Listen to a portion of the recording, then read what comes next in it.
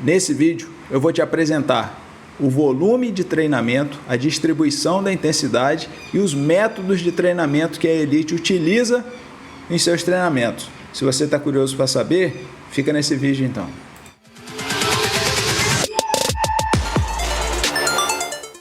Caríssimos mestres, caríssimas mestras da corrida, sejam bem-vindos ao canal do Clube dos Mestres da Corrida. Meu nome é Vitor Franco, professor universitário há mais de 20 anos de Fisiologia do Exercício, treinador de corrida, ultramaratonista e curso doutorado em Educação Física.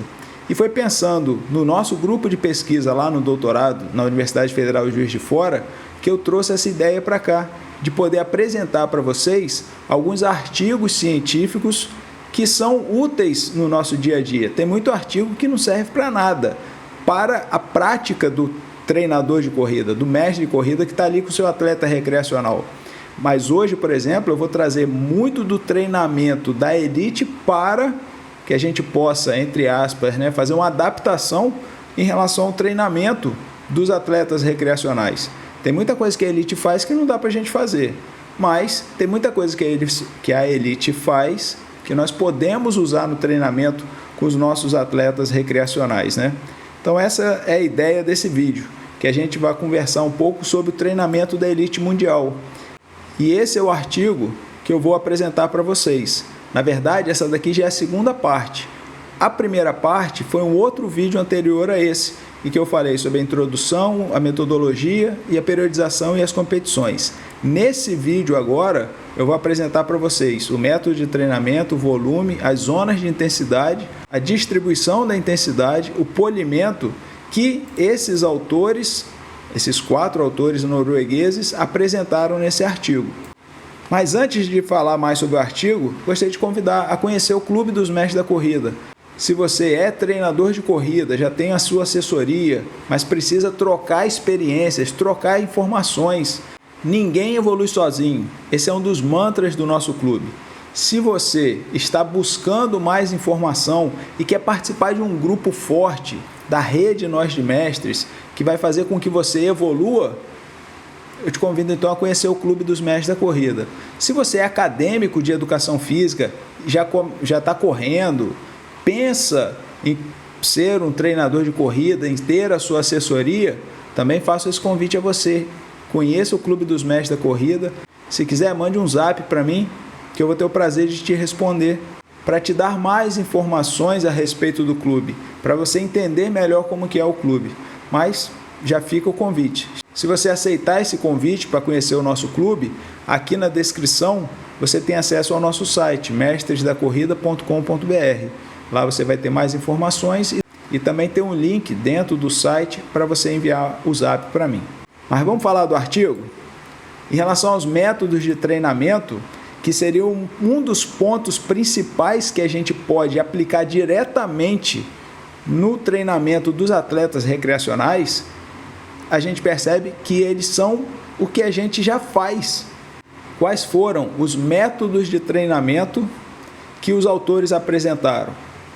E outro detalhe, eu sei que está difícil para ler, que a letra é pequena. Na descrição do vídeo você tem acesso gratuitamente ao artigo. Você pode baixar o artigo para você ler na íntegra. Tem algumas informações do artigo que às vezes eu não vou apresentar aqui. Então por isso que é bom você ler o artigo na íntegra. Você tem acesso ao artigo aqui na descrição gratuitamente. Só clicar no link, baixar e você vai poder ler esse artigo por completo. Mas quais são os métodos que a Elite utiliza? É o mesmo que você vai utilizar com os seus atletas recreacionais. Só um que eu não utilizo, mas que é o último. Primeiro, métodos contínuos de treinamento, seja no aquecimento, na volta calma ou no easy run, que seriam as corridas fáceis, Longão, corrida e subidas, corrida em rampas, treinamento em rampa. Tempo run ou treino ritmado, fartlek, corridas progressivas. Me fala que se você não usa tudo isso. Me fala que algum método contínuo que não está aqui e que você utiliza. Eu acho muito difícil ter um método contínuo que não seja esses que estão aqui. Por isso que eu falei, esses métodos que a elite utiliza são os mesmos que nós utilizamos com os nossos atletas recreacionais. Corridas fáceis, a rodagem, né, o easy run, a rodagem, o longão, treino em rampa, tempo run ou treino ritmado, fartlek e progressivo. Comenta aí se tem mais algum, se de repente não está aqui no artigo, que eu não lembre agora, mas de repente você usa, comenta aí para a gente ter mais interação também nos nossos comentários. Treinamento intervalado, os intervalados no limiar, os intervalados do VO2 máximo, treinamento de tolerância ao lactato e as repetições de subidas, né? Que é um dos métodos que você pode utilizar com atletas que às vezes não estão fazendo um fortalecimento. Eu teria dificuldade para fazer esse tipo de treino na minha cidade, porque nós não temos subida, é uma planície. Então, as únicas subidas que a gente tem está a 25 quilômetros daqui, que são os morros, o morro que fica próximo daqui, né? E por último, como eu falei que era um que eu não utilizo com os atletas recreacionais, que são os sprints, que são tiros de 5 a 15 segundos, próximo do esforço máximo. Esse daí é um método que eu não recomendo para os atletas recreacionais. A gente tem tanta coisa para melhorar antes de se preocupar com os sprints, que é melhor você fazer trabalhos de resistência, trabalhos na zona 1, do que você pensar no trabalho de velocidade. Então você tem muitos métodos de treinamento contínuo, muitos métodos de treinamento intervalado, que você não precisa pensar no trabalho de velocidade. Mas como esse artigo traz os métodos de treinamento usados pelos atletas de nível mundial, e eles fazem esse tipo de treinamento, então os autores colocaram aqui também. Mas dentro de todos esses métodos, esse daí é um que eu não trabalho com os meus atletas recreacionais. Mais um comentário, se você puder fazer, eu vou achar bacana. Coloca aí se você faz esse tipo de trabalho com seus atletas, trabalho de velocidade, 5 a 15 segundos, próximo do máximo, né? Um outro ponto que os autores trazem é em relação ao treinamento suplementar. O que a elite faz além de correr? Os autores apresentam que houve uma combinação de treinamento de força usando os pesos livres ou aparelhos, sem causar hipertrofia, treinamento em circuito com a própria massa corporal, força e estabilidade do core, e os trabalhos de pliometria, na forma de saltos múltiplos, tanto verticais quanto horizontais, na grama, com inclinações, nas escadas e saltar com obstáculos. Então, de forma geral, esse treinamento suplementar, ele é mal descrito em termos de carga de trabalho, séries e repetições, e, portanto, deve-se ter cautela ao tirar conclusões. Mas parece que mais força, potência e treino pliométrico são implementados durante a preparação do início ao meio, cerca de 2 vezes por semana, em comparação com o período de competição, que normalmente é 0 ou 1 sessão por semana. O que isso significa? Os atletas de elite fazem treinamentos de força, de potência, principalmente na primeira metade do seu macrociclo, em torno de 2 vezes por semana. Quando vai chegando perto da competição, eles diminuem para 1 ou não fazem mais sessões de treino suplementar. Eles vão priorizar mais a corrida. Volume de treinamento. Essa daqui é uma pergunta que eu recebo muito por semana. Professor, quantos quilômetros por semana um atleta que vai correr 10 quilômetros precisa fazer? Quantos quilômetros por semana um atleta que vai correr 42 quilômetros precisa fazer? Eu vou apresentar para vocês aqui como que é o treino da elite, tanto dos 5 aos 42 quilômetros. Lembrando que esses daqui são atletas de nível mundial com resultados comprovados, ou seja, que já foram campeões, medalhistas olímpicos, né, que estavam sempre nos pódios das corridas que participaram, sejam os atletas de pista, sejam os maratonistas. Então, a maioria dos principais maratonistas treinam de 500 a 700 horas por ano, enquanto a maioria dos corredores de pista estão na faixa de 450 a 600 horas por ano. Vamos pegar um número que tem nos dois? 500 horas.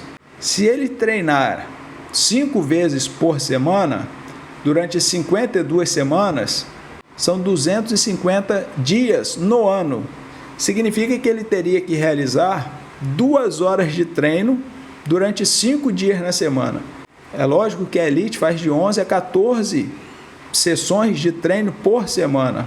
Então ele dilui bem essas 500 horas durante a semana. Então isso é uma coisa que não dá para a gente aplicar com os nossos atletas recreacionais. Mas você já tem um parâmetro em relação às horas por ano que um atleta de elite realiza. Um outro ponto que os autores trazem é essa comparação com outros esportes, né? Então as faixas relativamente amplas no volume de treinamento também estão presentes em outros esportes de endurance e são provavelmente explicadas por diferenças individuais, tanto na tolerância à carga de treinamento mecânico, a distribuição da intensidade, a disposição ao risco, a idade de treinamento, o estágio em que eles estão da sua carreira profissional, a aplicação do treinamento cruzado, a genética e talvez também fatores psicológicos. As atuais observações do volume de treinamento estão alinhadas com outros estudos de atletas de alto nível de longa e média distância, mas uma proporção maior do treinamento de média distância é dedicada ao treinamento de força, potência e pliometria, principalmente em corredores de 800 metros. Muitos corredores de longa distância acumulam grande volume correndo em estradas de chão, em vez das estradas pavimentadas, para reduzir um pouco a carga mecânica e maximizar o volume de treino. Isso daqui é sempre muito falado em relação ao treino dos quenianos, né, que eles não correm no asfalto. Mas o artigo continua, né? A superfície de corrida é um aspecto específico da periodização do treinamento para maratonistas. Como as majors são realizadas exclusivamente em estradas pavimentadas e duras, os maratonistas desenvolverão corridas contínuas de duração crescente em asfalto ou superfícies duras semelhantes à medida que se prepara especificamente para esses eventos. Então os quenianos eles realizam muitos treinos na terra batida para diminuir impacto, né, que fala que diminui o impacto, que melhora, mas quando se aproxima da competição, eles vão ter que correr no asfalto para poder realizar treinos mais próximos da especificidade do que eles vão encontrar no dia da prova, né? Então isso é um ponto que a gente também pode trazer para os nossos atletas recreacionais. O que é difícil nas grandes cidades, você ter estradas que não são asfaltadas ou pavimentadas. É difícil você ter estrada de chão para você correr, mas é uma possibilidade que, principalmente em alguns treinos longos, o seu atleta recreacional pudesse realizar em estradas não pavimentadas.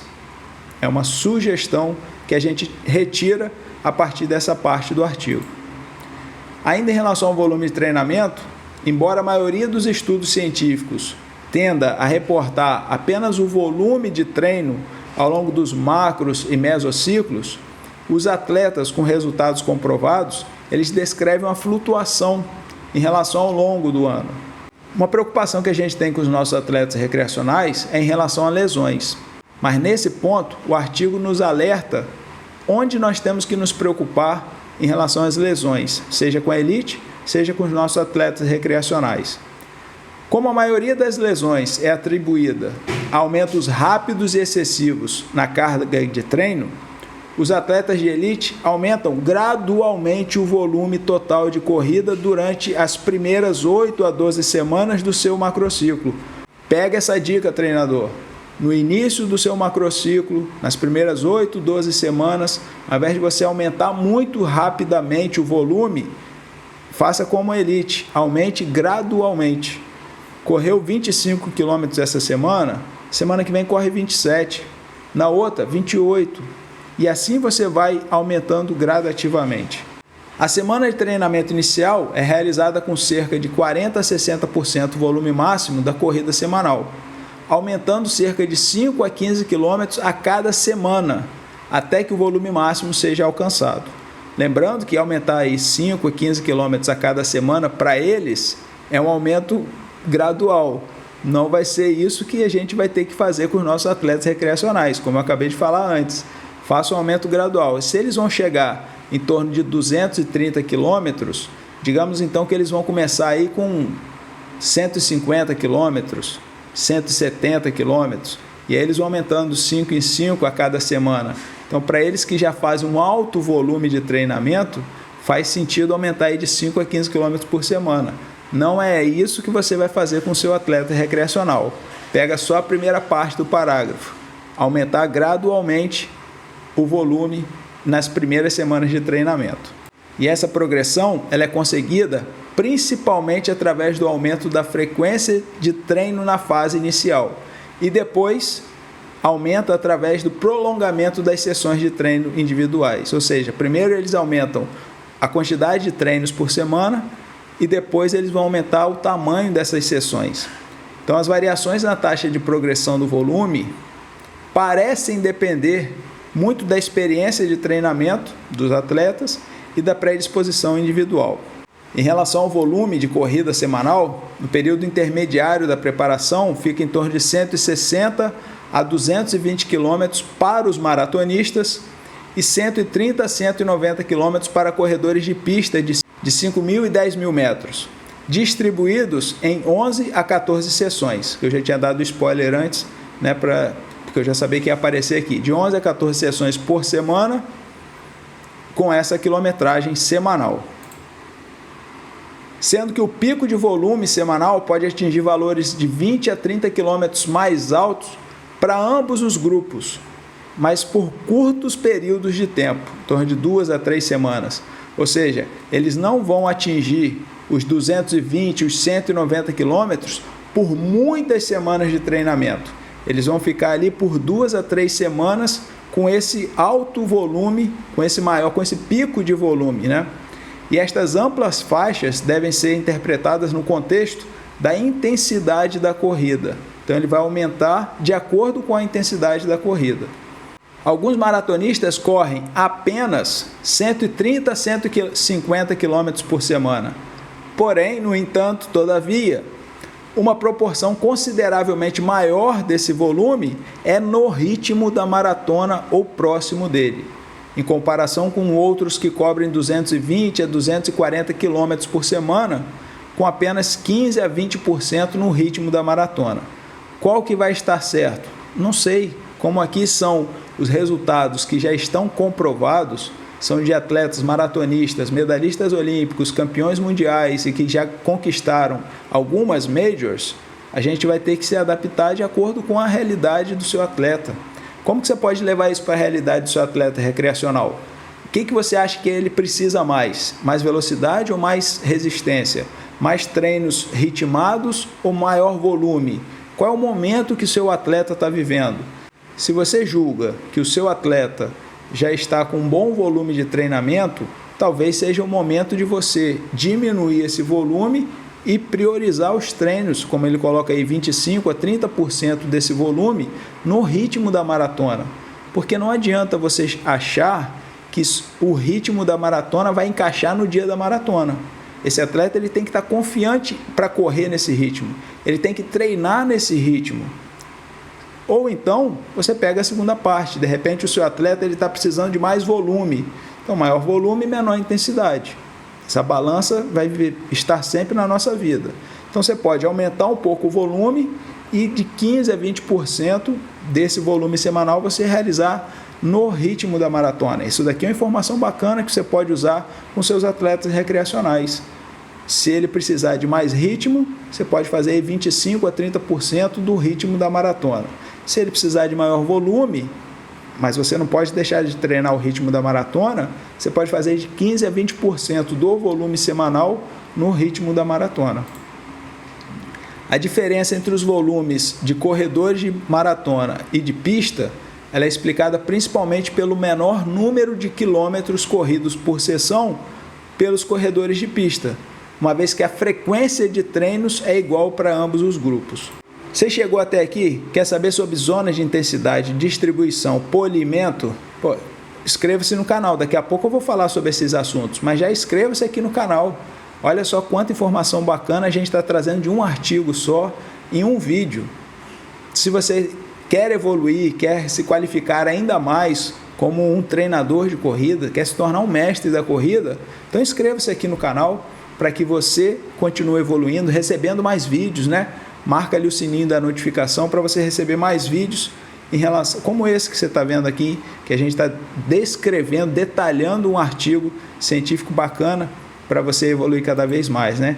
Mas vamos então agora falar das zonas de intensidade. Embora o volume de treino em esporte de endurance seja simples em quantificar, a intensidade é mais complicada.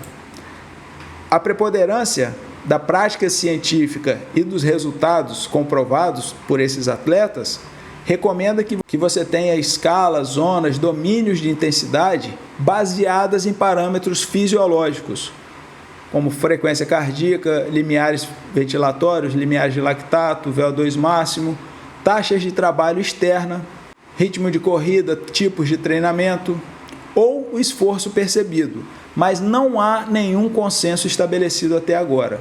O que há de consenso é que você precisa ter controle da intensidade que você está treinando. Você precisa saber qual é a zona de intensidade que você está atingindo com aquele treino, para saber se o seu objetivo está sendo alcançado com aquele aluno. Agora, qual dessas daí é a melhor, a gente não tem essa resposta, né? Então, essa falta de consenso é uma verdade desconfortável para a gente, né? Porque nenhum dos parâmetros de intensidade vai funcionar isoladamente como um guia de intensidade, por causa das interações entre a intensidade e duração, né? Intensidade e volume, e desse desacoplamento que há da carga de trabalho interna com a carga de trabalho externa. O outro ponto é a variação individual e diária. E o terceiro ponto apresentado pelos autores são as respostas de tensão que podem levar dos treinos anteriores e interromper transitoriamente esses relacionamentos, né? Consequentemente, combinar carga externa, carga interna e percepção de esforço durante o treinamento será uma importante informação que você vai ter em relação aos seus atletas recreacionais. Quanto que ele fez de volume, com qual ritmo e qual foi a percepção de esforço dele para esse treino. Essa triangulação é uma informação muito rica para você que é treinador de corrida. Atletas de endurance empregam vários métodos de quantificação da distribuição de intensidade.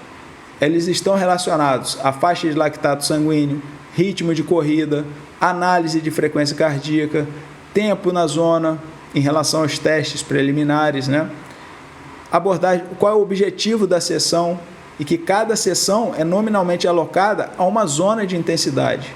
Se você quer saber mais sobre zonas de intensidade, nós temos um vídeo aqui no canal em relação às zonas de intensidade. Se você vai usar 3, 4, 5, 6, 7 zonas, você tem que entender das zonas de intensidade para saber qual é o objetivo de cada uma delas, onde você está realizando o seu treino, né?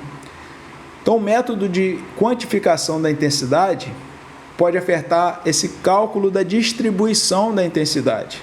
O método de quantificação da intensidade pode afetar a sua distribuição da intensidade.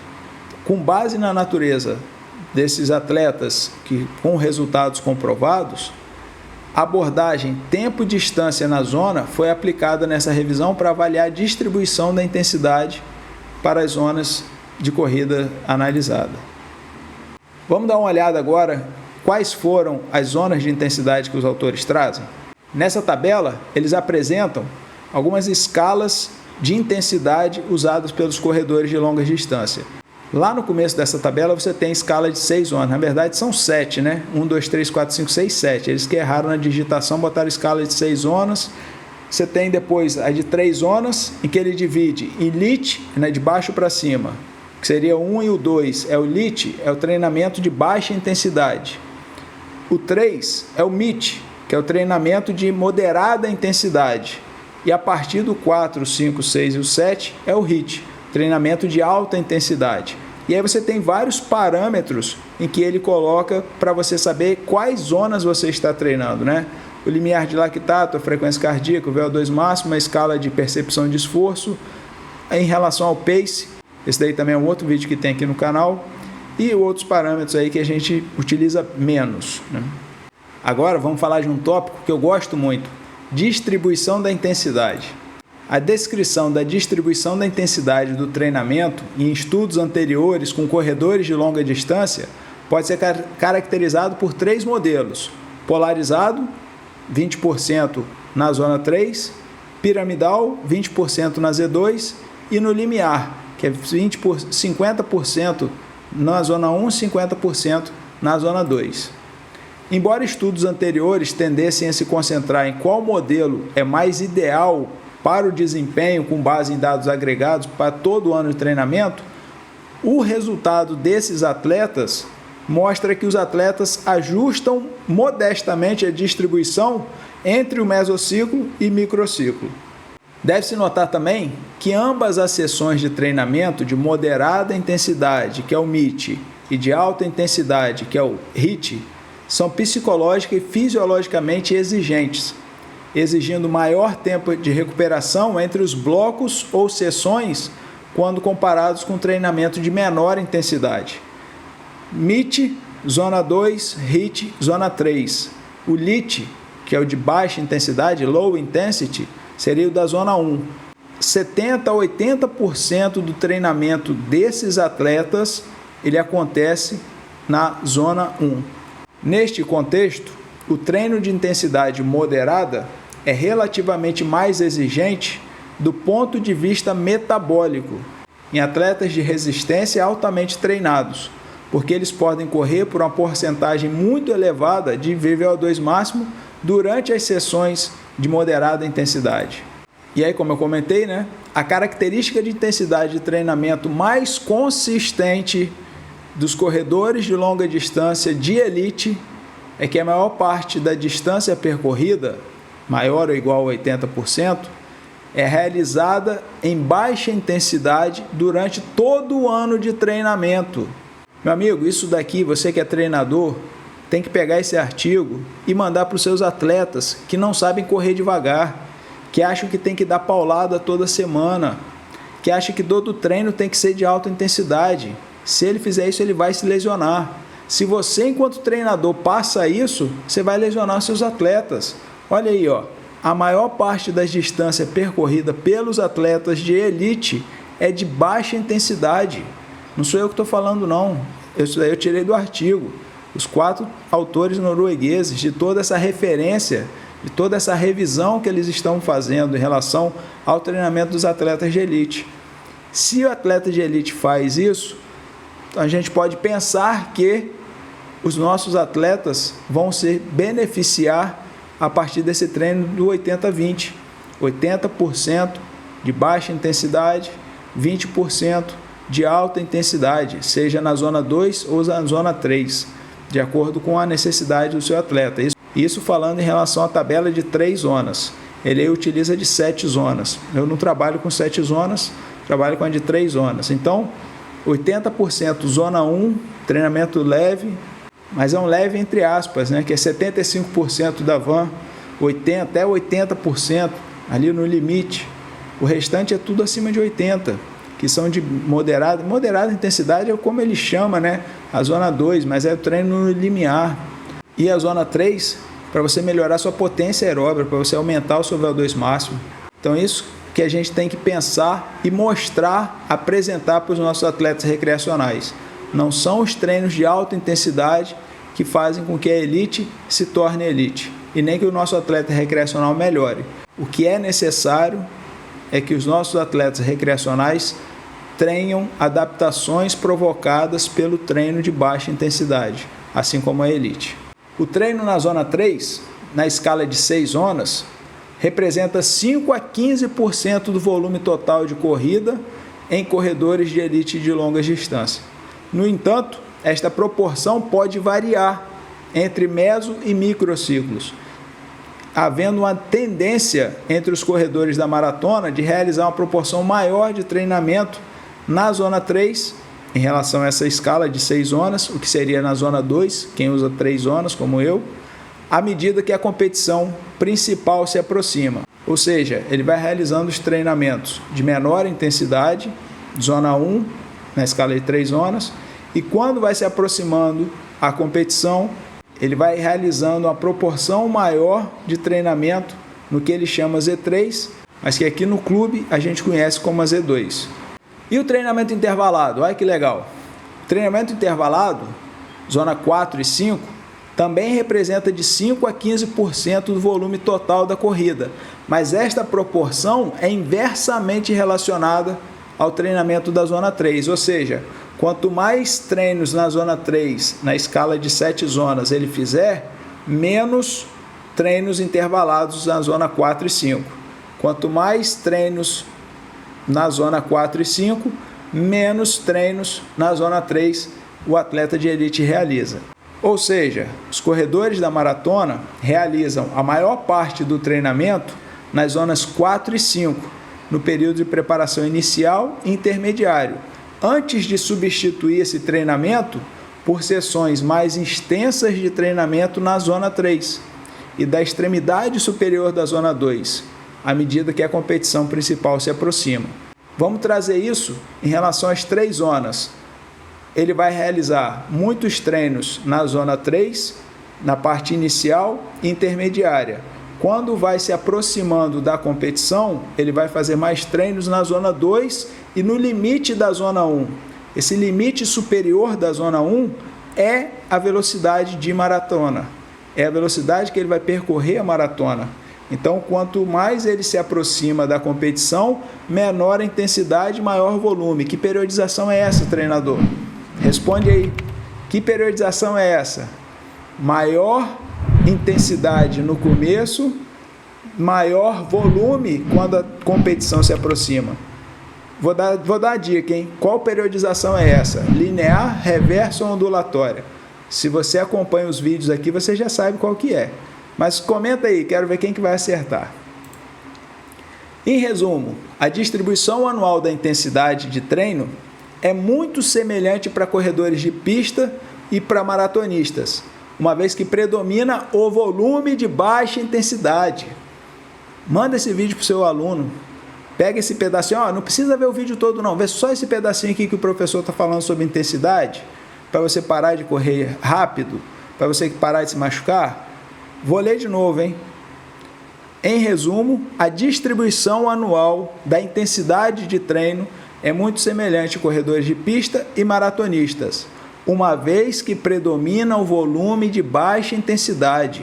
Mesmo o cara que corre 5.000 na pista, predomina o volume de baixa intensidade. No entanto, diferenças substanciais podem estar presentes dentro de cada mesociclo. Ambos os grupos aumentam o volume de treino no ritmo da corrida à medida que a competição principal se aproxima. Como que você tem treinado o ritmo de corrida dos seus atletas? Você está deixando para montar a estratégia deles só no dia da prova? Você está perdendo tempo, treinador. Você está errando com seus atletas. Você tem que treiná-los no ritmo da prova muito antes da competição acontecer. Veja o exemplo aí dos nossos atletas de elite. Quanto mais próximo da competição, menor o volume e mais treinos no ritmo da prova eles vão realizar. Sobre o tapering ou polimento, que é o que a gente faz nas semanas que antecedem a prova, eu trouxe esse slide. O processo de redução gradual começa 7 a 10 dias antes da competição principal, normalmente precedido por um acampamento em altitude de 2 a 4 semanas. Acampamento em altitude não é a realidade dos nossos atletas recreacionais. A gente não tem como ficar 2 a 4 semanas passeando, treinando num acampamento de altitude. Porém, você, enquanto treinador, pode usar a informação inicial. Processo de redução gradual 7 a 10 dias antes da competição principal.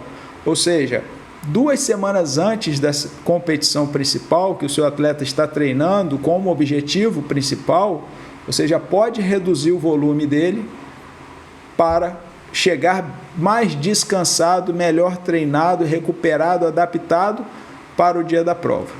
Vou pedir aqui mais uma vez para vocês se inscreverem no canal e, principalmente, deixe o seu like aqui no vídeo, compartilhe com quem você acha que pode se aproveitar desse conhecimento. Mande para os seus atletas que estão treinando forte todos os dias, todas as semanas, para que eles entendam que eles não precisam correr forte todas as semanas, para que eles vejam como que a elite faz, como que a elite treina, o que isso pode ser aplicado em relação a eles, né? É lógico que o volume da elite é muito maior, não tem como os atletas recreacionais realizarem um volume desse porte, Mas, como a gente viu aqui, tem muita informação aqui que os nossos atletas recreacionais se beneficiarão a partir do momento que você entende que isso é importante para eles, isso é importante para a evolução deles.